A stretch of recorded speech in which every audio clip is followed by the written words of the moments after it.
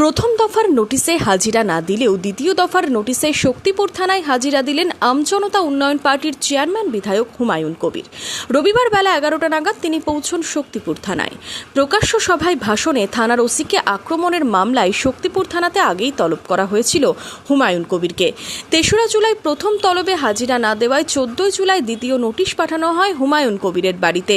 19 তারিখ শক্তিপুর থানায় হুমায়ুন কবিরকে তলব করা হয়। সেই মতো এদিন সকাল 11টা নাগাদ শক্তিপুর থানায় পৌঁছন হুমায়ুন কবির। এদিন হাজিরা দেওয়ার আগে শক্তিপুরের বাড়ি থেকে বেরিয়ে শক্তিপুরে আমজনতা উন্নয়ন পার্টির অফিসে যান হুমায়ুন কবির। সেখানে হুমায়ুন কবির বলেন, এই জেলায় ব্রিটিশদের পুলিশের শাসন শুরু হয়েছে। পুলিশ ডেকেছে, সেই ডাকা নিয়ে আমি অত্যন্ত ভয় পেয়ে গেছি। এসব আমার ডিকশনারিতে নাই। এখানকার ব্রিটিশের পুলিশের শাসন শুরু হয়েছে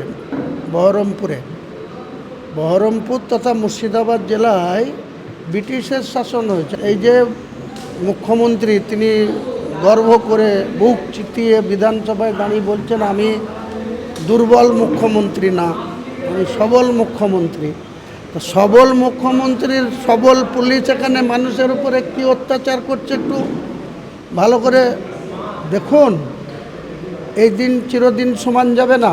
আর আজকে উনি 3 মাস হয়নি, ওনার পুলিশ প্রশাসন কি কাঁদি, কি শক্তিপুর, কি রেজিনগর, কি যেখানেই দমকল, আপনি খোঁজ নিয়ে দেখুন না পুলিশের আচরণটা কি ধরুন। এর জন্য কিন্তু সম্পূর্ণ দায়ী হচ্ছে বাংলার মুখ্যমন্ত্রী। তিনি ডাইরেক্ট বুক ফুলিয়ে বুক চিতিয়ে বলছে যে আমার পুলিশ মস্তানি করবে।